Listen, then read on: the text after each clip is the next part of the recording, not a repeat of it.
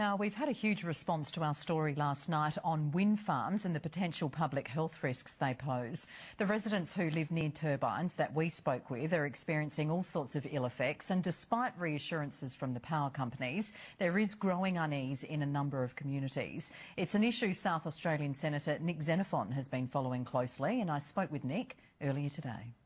Nick, thank you very much for coming in. Firstly, look, it's become almost heresy to criticise anything to do with alternative energy, hasn't it? But do you think we have been a little quick off the mark, a little too eager to embrace wind power without the proper checks and balances? I'm a great believer in renewable energy. The problem is South Australia's put too many eggs in the wind farm basket.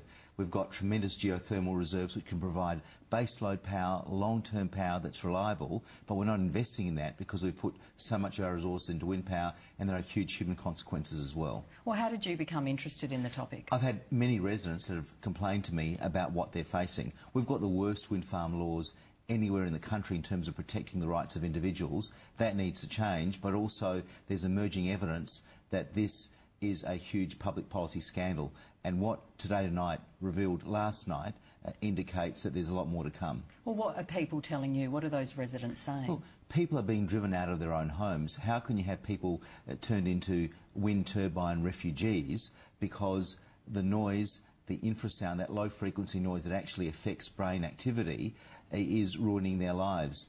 There is a whole range of issues here in terms of local government accountability, but also the accountability of the state and federal governments, particularly the federal government, which makes these wind turbines possible by virtue of the renewable energy scheme. Well, you've said it yourself that the noise has a lot to do with brain activity, but I take it you've also heard from the industry itself, you know, saying that the noise is nothing but irritating, absolutely nothing more. We've also heard that the health complaints are psychosomatic, even that it's jealousy from farmers that they missed out on the income. What do you make of all of that, Nick? That's incredibly insulting and belittling of the lives that have been ruined because of this.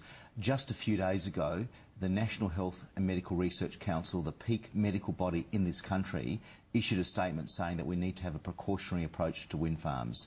When you have the peak medical body in this country saying that we need to be cautious about this, then that should make everybody take notice. Well, it's certainly saying something, but the industry itself saying is only anecdotal evidence. Well, of course the industry will say that. They've got billions of dollars tied up in this. They have a huge vested interest, but it's about time we looked at the community interest, and right now individuals' rights are being trodden over. I think it's inevitable that there could well be legal action, if not in South Australia, in Victoria or New South Wales, or a combination of states, any time now, because so many people are beginning to speak out. And what your program did last night is, I think, empowering people to say they do have rights, they do have an ability to do something about this. Well, local councils have played a big part in this. Do you think that they've been diligent enough in the process, in the planning and approval? I think local governments need to be empowered to look at the development plans that they have to abide by.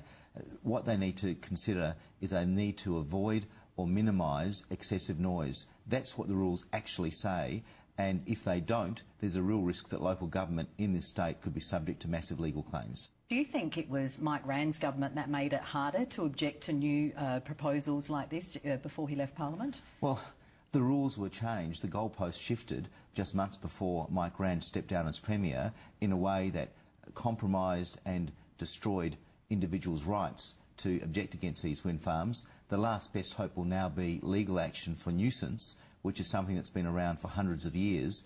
We need to use that law for people to actually assert their rights once and for all, and I think that will make governments at all levels sit up and take notice. What about advice for communities who perhaps are facing new developments? What do you say to them? Look, you are not alone. Don't buy the line that it's inevitable that these applications will be approved. You do have rights, and those rights are that you have the right to be able to enjoy your property, to have a good night's sleep without disturbance.